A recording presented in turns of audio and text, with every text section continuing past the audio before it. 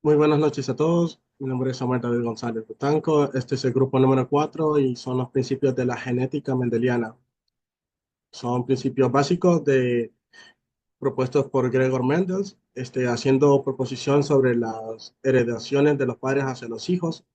Estos son nuestros integrantes y daré una breve explicación de lo que vendría siendo el tema. Este trata sobre sobre las cosas que heredan los padres hacia sus hijos, dependiendo ya sea de sus genes y de las cosas de que son compatibles debido a ellos junto con el otro a la hora de conocerse. Buenas noches, compañero. Mi nombre es Olvin Fernando Zelaya Portillo y yo les vengo a hablar sobre lo que sería el primer tema de, y el tema se postula como Gregor Mendel y sus experimentos y su importancia. Antes de eso, les voy a hablar también un poco sobre Gregor Mendel. Nos menciona que nació el 20 de julio de 1822 en Heissendorf, o Heinzeche, entonces Austria, actualmente República Checa. Murió el 6 de enero de 1884 en Brunn, hoy Brno, entonces Austria, actual República Checa. Desde joven mostró un gran interés por la ciencia y las matemáticas. Ingresó al monasterio agustino de Brno en 1843. Allí tuvo acceso a una biblioteca y un jardín experimental, lo que permitió desarrollar sus investigaciones en biología. Nos menciona que Mendel estudió en la Universidad de Viena entre 1856 y 1863.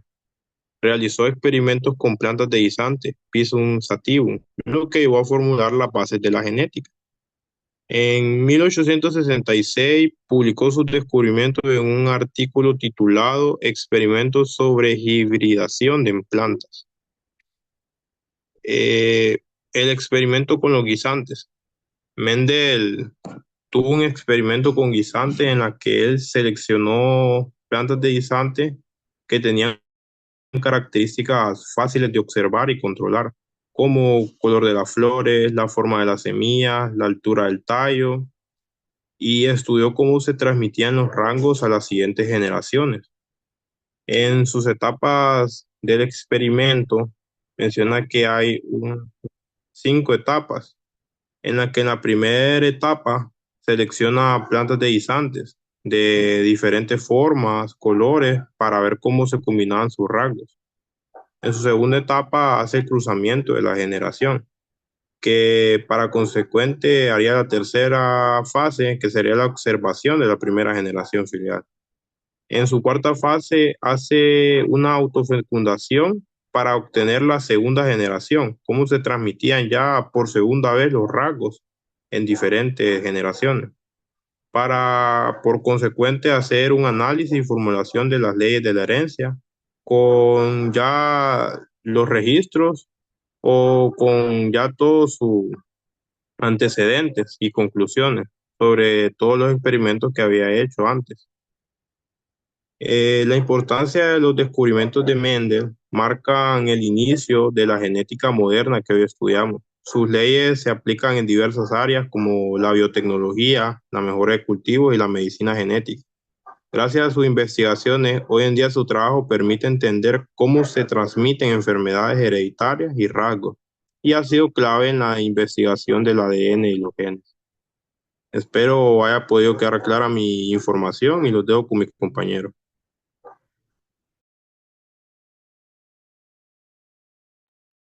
Los conceptos claves sobre la genética vendría siendo constar en base a estos tres, genes y aelos, y genotipos y fenotipos, expresión fenotípica. Ok, los primeros que serían los genes aelos son son segmentos del ADN que determinan características específicas. Los aelos son distintas versiones de un gen como lo que terminan como el color de los ojos. Ahora, los genotipos y fenotipos es el genotipo y la combinación de genética de un individuo, como ya sea tipo A o tipo A. El fenotipo es la manifestación observable como el color de los ojos. determina la genética y la denominación completa del alelo dominante, el cual es mucho más regresivo.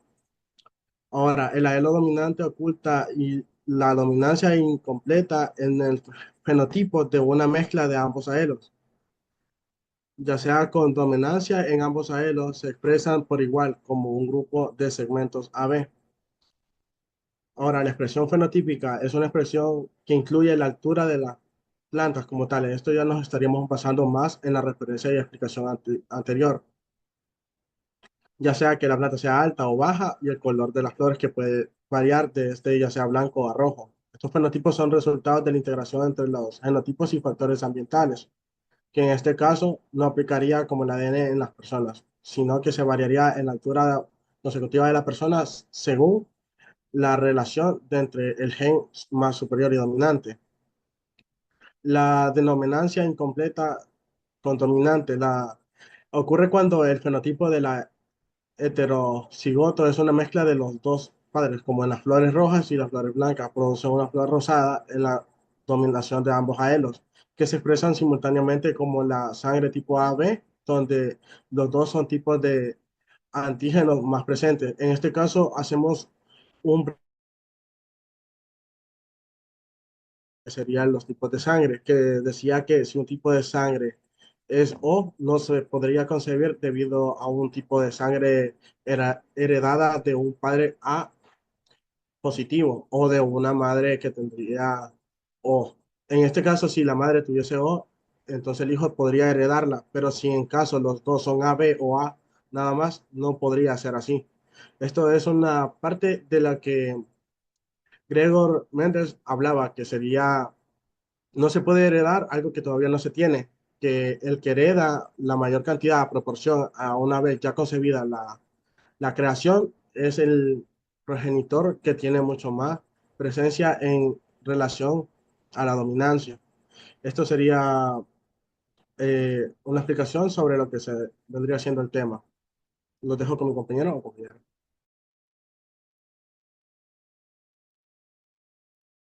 Hola, buenas noches. Mi nombre es Shirley Noemí Espinosa. Yo les hablaré acerca de lo que es las leyes de Mendel y la herencia mendeliana. Podemos observar en la presentación que los principios de segregación, cada individuo tiene dos alelos para un rasgo, un alelo heredado por cada progenitor y durante la formación de los gametos, conocidos como los óvulos y espermatozoides.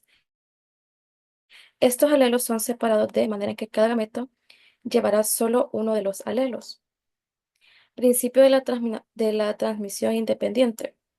Los alelos de diferentes genes se pueden distribuir de manera independiente unos de otros durante la formación de los gametos. El primero nos establece que cada individuo tiene dos alelos para un rasgo que se separan durante la formación de los gametos, como podemos ver en el cruce de las moscas de la fruta.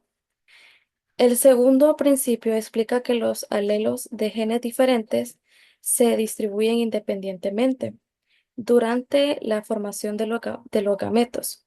Y sin embargo, estos genes están ligados como ocurre con los genes de la forma de las alas, el color del cuerpo y las moscas de la fruta se tienden a heredar juntos.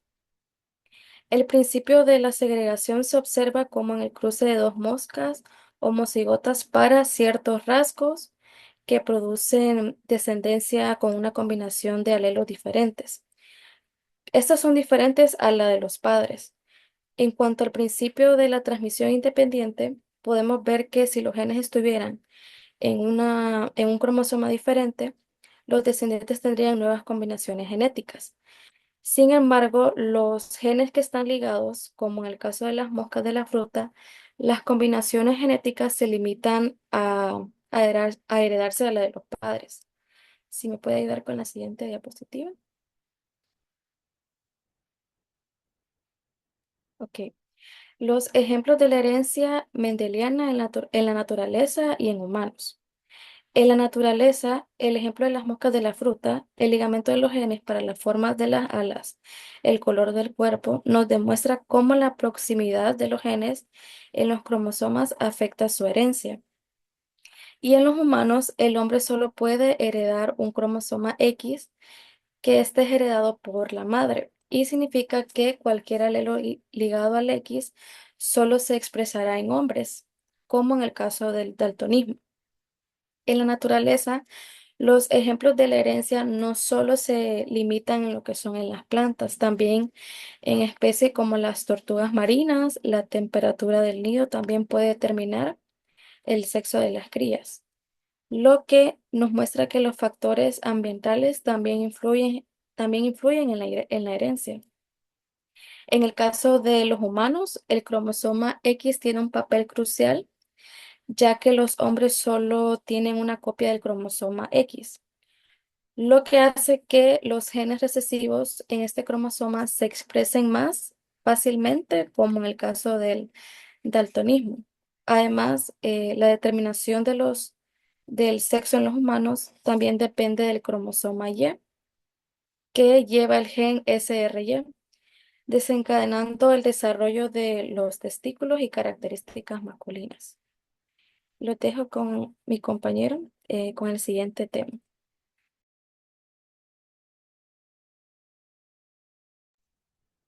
Hola, buenas noches.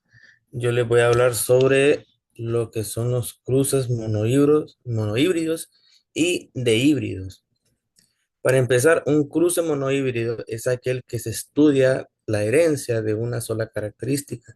Esto significa que se cruzan dos organismos que tienen diferentes variaciones en un solo gen. Por ejemplo, en su experimento, Gregor Mendel trabajó con plantas de guisante y analizó características como el color de la flor, si cruzaba la planta con flor púrpura o con flor blanca. Estaba realizando un cruce monohíbrido porque solo observaba una característica de la flor. Si podemos observar en la presentación, podemos ver distintos ejemplos, como lo que son el de la planta que cruzó Gregor Mendel, el cual podemos observar, habla sobre las variaciones en en la planta, pues en lo que obtuvo, sea como un tipo de probabilidad, por así decirlo, que pueda salir sea blanca o sea púrpura.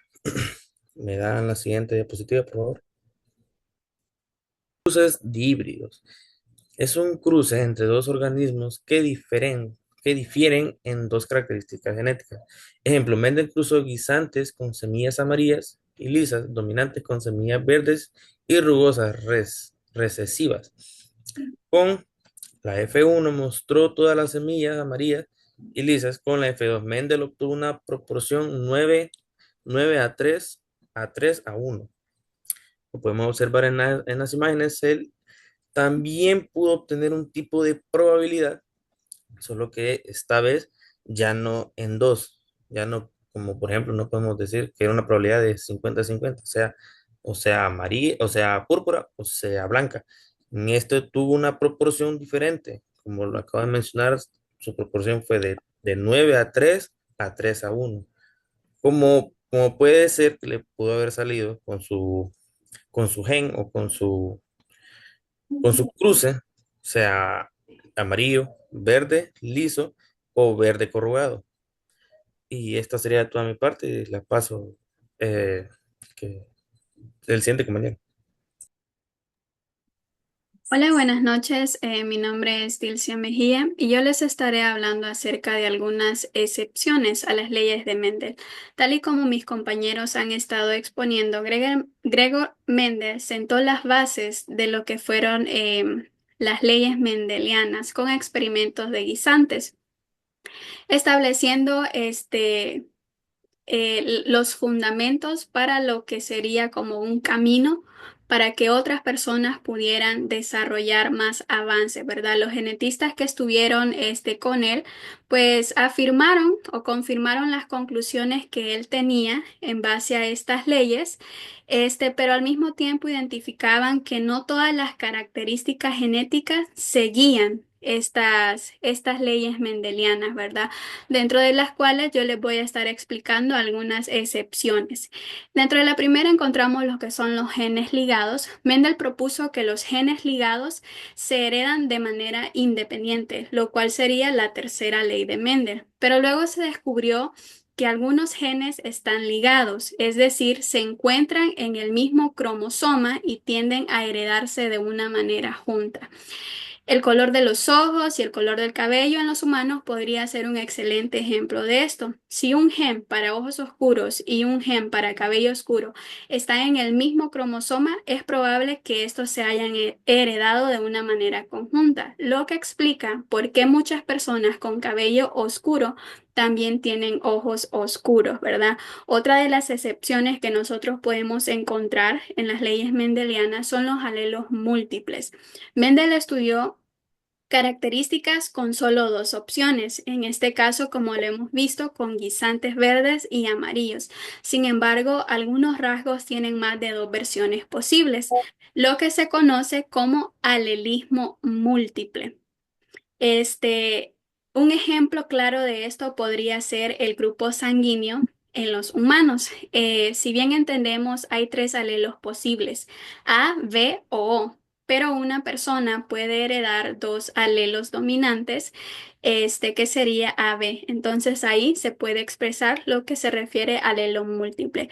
Número 3 tenemos lo que son las mutaciones. ¿Qué son las mutaciones? Las mutaciones son cambios en el ADN que pueden modificar las características de un organismo. No siguen un patrón mendeliano porque pueden ocurrir espontáneamente y generar nuevas variaciones. Un ejemplo claro de esto, puede ser el albinismo, el cual es causado por una mutación en un gen que produce la melanina, lo que hace que la piel, el cabello y los ojos sean mucho más claros. Y por último, tenemos los que son los genes letales. Algunas combinaciones de genes pueden ser mortales para los organismos, impidiendo que se desarrolle o que éste sobreviva, ¿verdad? Un ejemplo de eso podría ser el trastorno o la enfermedad de Huntington, que es un trastorno genético neurodegenerativo, el cual afecta el cerebro y provoca la pérdida progresiva de habilidades motoras, cognitivas y emocionales.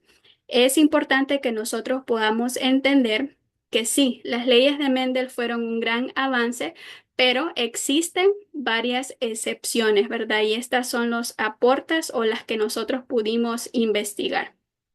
Dejo con mi siguiente compañero.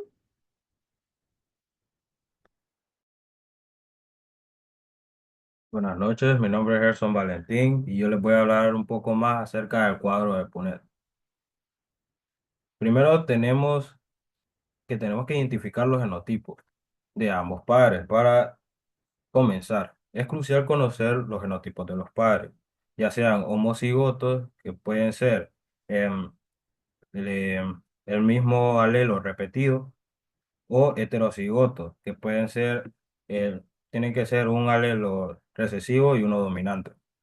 Y para predecir con precisión las posibles combinaciones genéticas en sus descendencias. Luego lo ponemos en un cuadro. Colocar los alelos de cada padre en el cuadro. Cada cuadro representa una posible combinación de alelos. Debemos distribuir los alelos de cada padre a lo largo de la fila superior y la columna izquierda del cuadro. Luego tenemos que combinar los alelos para obtener genotipos de la descendencia. Al combinar los alelos de cada padre, en los cuadros se obtienen los posibles genotipos de la descendencia. Analiza estos genotipos para determinar las proporciones fenotípicas. Voy a tomar como ejemplo el cuadro de los guisantes. Cada, Tenemos que la letra G mayúscula es verde, siendo este un gen dominante. Y también tenemos la letra F, que viene siendo la textura de la vaina guisantes. Entonces, cuando tenemos las letras mayúsculas, nosotros podemos asumir que es un gen dominante. Y por lo contrario, tenemos la letra G y F minúscula que determinan que el color amarillo es un gen recesivo y la textura al vacío también es un gen recesivo. como podemos ver, nos da la proporción 9-3-3-1. Tenemos tres, tres, tres guisantes lisos amarillos, tenemos tres guisantes corrugados verdes, tenemos 9 guisantes lisos verdes y un amarillo corrugado. Esto sería todo por mi parte. Queda mi siguiente compañero.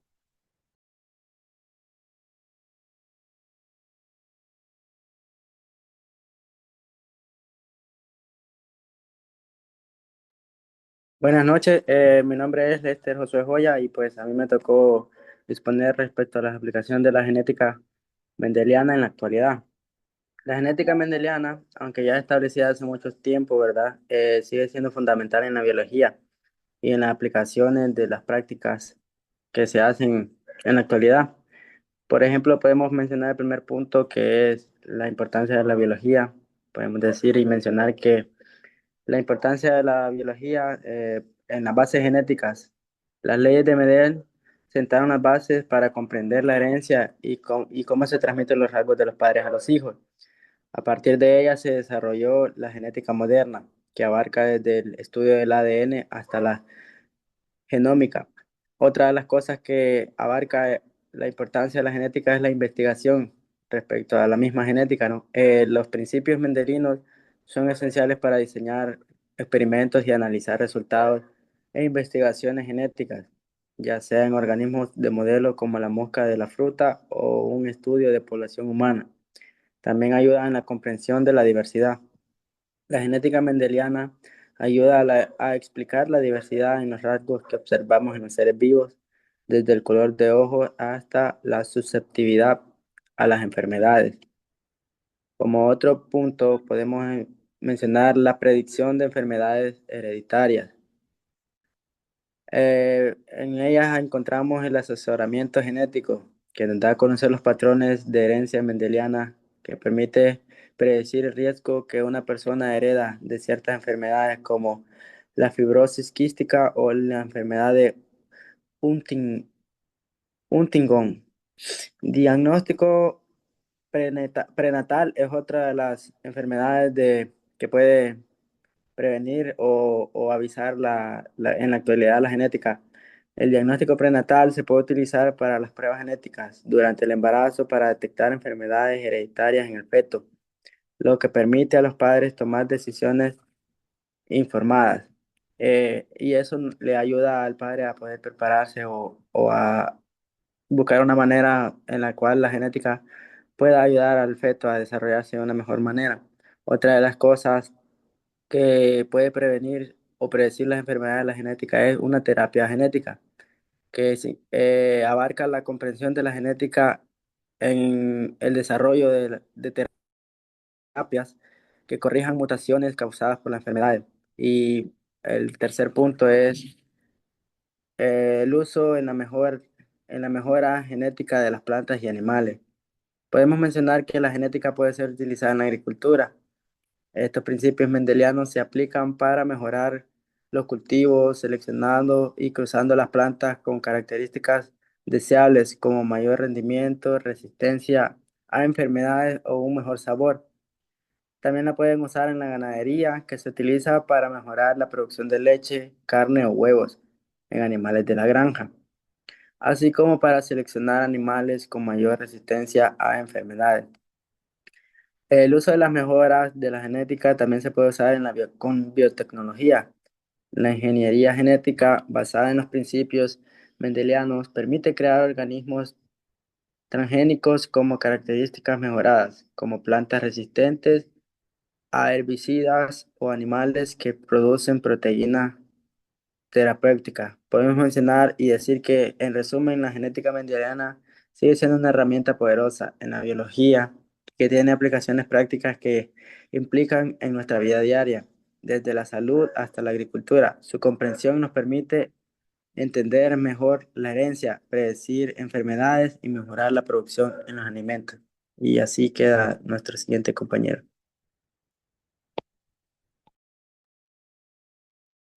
Para ir concluyendo ya con este tema que hemos estado tocando, podemos ver que las leyes de Mendel sentaron las bases, ¿no? Para lo que fue la genética. Mendel fue como el pionero en todo esto, pero con el tiempo pues se descubrieron algunas excepciones, como ya lo hemos mencionado, que muestran la complejidad de lo que es la herencia, ¿verdad? Aún así, sus principios siguen siendo fundamentales para entender la transmisión genética y el impacto en la biología y la medicina, como nuestro compañero Lester lo acaba de mencionar. Eso sería todo por parte de nuestra exposición. Muchas gracias.